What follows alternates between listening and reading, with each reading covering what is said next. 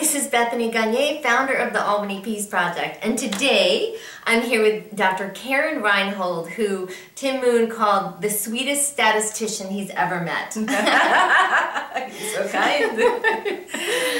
Many of you may remember Dr. Reinhold from the opening concert. She's the State University of Albany professor who's actually helping us with doing the analysis for the numbers. Karin, can you just tell people how you got involved and why? Well, I am very passionate about the work that you are doing. I believe very strongly on the meditation, and I have a long journey as a seeker, I would say. Yeah. I've been interested in topics about healing, and from healing I went into meditation. So I have some experience with meditation, and I see the effect that it has in me. So over the last few years I have been noticing a lot of research also in meditation and the effects of meditation in health. And now also not only in health but in the consciousness and in global consciousness. So for me this is very exciting times. And I am so happy to be involved in this because it puts together my two passions. Right. It puts together the mathematics or the statistics together with my spiritual side. Yeah. And so for me this is a perfect thing, and it just happened to fall into my lap, so I'm delighted. Yeah. Yeah. And there's a lot of research coming up right now. Well, let's talk about that. Yeah. So what you are familiar about the TM meditation studies. So there have been a lot of studies done in cities like Washington, Chicago, and St. Louis, among others. They show that the meditation actually has an effect reducing the crime in those cities. At the beginning, people did not believe the results and they were criticizing them, but it has by now been corroborated so many times that now it gained credibility and is being used in some criminal justice studies. Wow. So yeah, this is amazing. Yeah. So I am happy if we can show the same. Oh, absolutely. And I'm glad you brought that out. And just to let you know, the TM organization has their own amazing protocol. They've done some really great work. We're actually working with some evidence-based protocol with the Institute of Heart Math, where we take our mind, anchor it down into the heart, and reach for good feelings. And, you know, which kind of brings us to the complaint-free bracelets, right? Oh, yeah.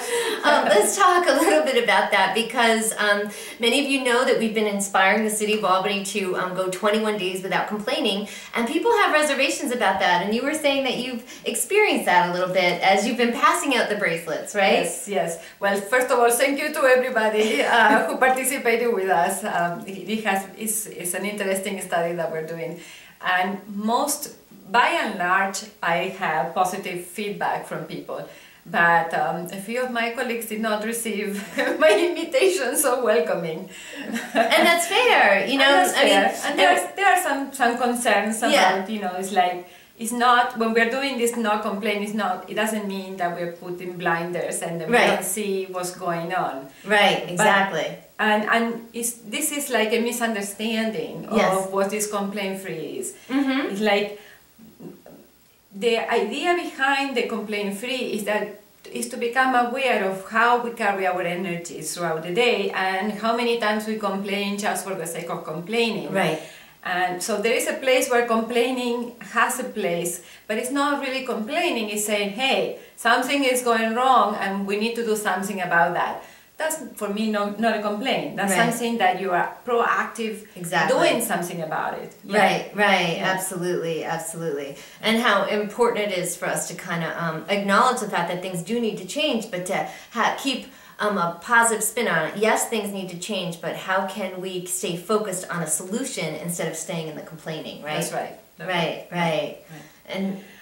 But the complaint-free project, the 21 days of complaint-free, for me was like a self-meditation about how am I carrying my energy throughout the day and how am I contributing to living more in harmony with the people I am interacting every day. You know, and I'll tell you a few times for myself where it's like if I wanted to complain, I'll tell you, something would happen so quick, and I'd say, Bethany, you don't have anything to complain about. When I see what's going on throughout the world, and I, just get a glimpse of the news, because I don't even watch it that much, and I'm like, Bethany, you have nothing to complain about. And I know, yes, I technically do, and I've always but you get really clear that here in the West, when we are well fed and we have good shelter, and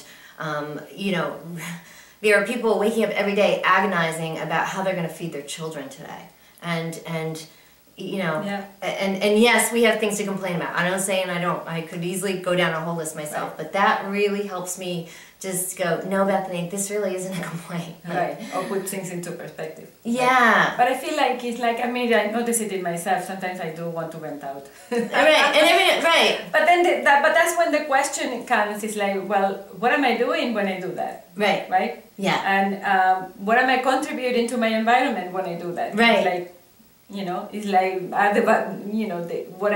if I complain, the way I make you feel when I'm complaining, is it positive or is it negative? Am I contributed something to improve things or not? Yeah, and Will Bowen talks a lot about that, on why people complain. So for those of you who want to know more about this, Will Bowen wrote a book called The Complaint-Free World, and there's over 10 million of these bracelets out throughout the world. So, and he's really itemized, and that's one of the reasons why people complain, right, is to kind of like get attention or convey meaning. There's different reasons, I forget them right now, and so I think you're really smart to say, why am I saying this? Really, that's what we're wanting people to get more conscious about their own behavior. So, right.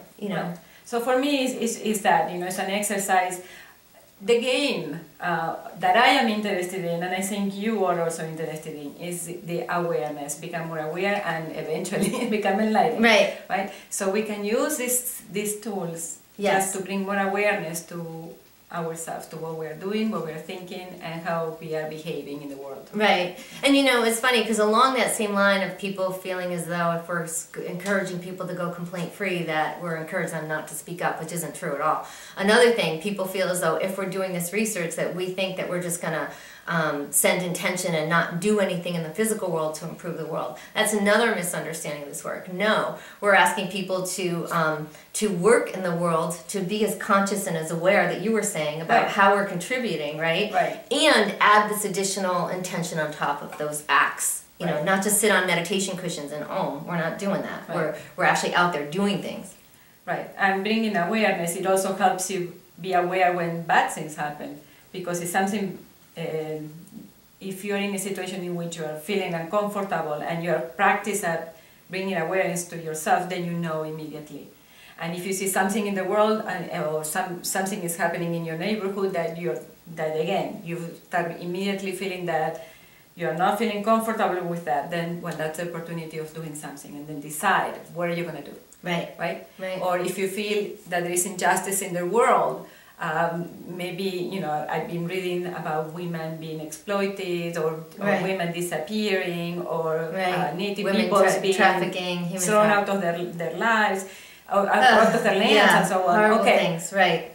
Okay, we know about that. Now what? What are we gonna do? Right. What are we gonna do? Like, if I keep talking and doing nothing, then what's the purpose? Or can I use my time, use my energy to energize a group and actually do some change? Well, and you bring up another good point, because so many times when people speak with anger, then people don't hear what you have to say anyways. All they'll say is, "Oh, that person's so angry." What they will remember from the message is anger. They won't remember the meaning, which I always find ironic, because people get angry because they have meaning. They're trying to say something, and very often people will just abort the meeting and go, "Well, that person's angry," and they won't listen to the message. And it's been a discipline of mine. If I see someone angry, I'll try to really listen to the meaning behind the anger. But most people are not that disciplined. They'll just toss it out and go, the person's angry, I don't want to listen to them. That's true. So, That's right? True. I mean, nobody wants to be in an energy, so yes, you block it.